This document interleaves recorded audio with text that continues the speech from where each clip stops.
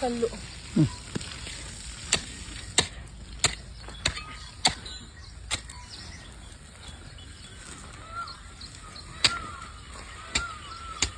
ಇಲ್ಲಿ ಮತ್ತೆ ನೀರ್ ಬೇಕಿಲ್ಲ ನೀನು ಅಮ್ಮ?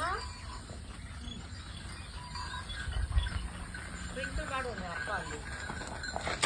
ನಂಬೆ ಮಾಡಿ.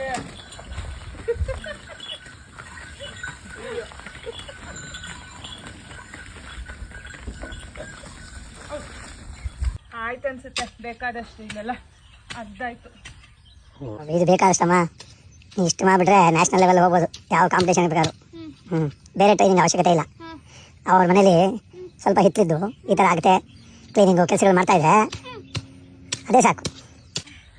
It will keep up your health.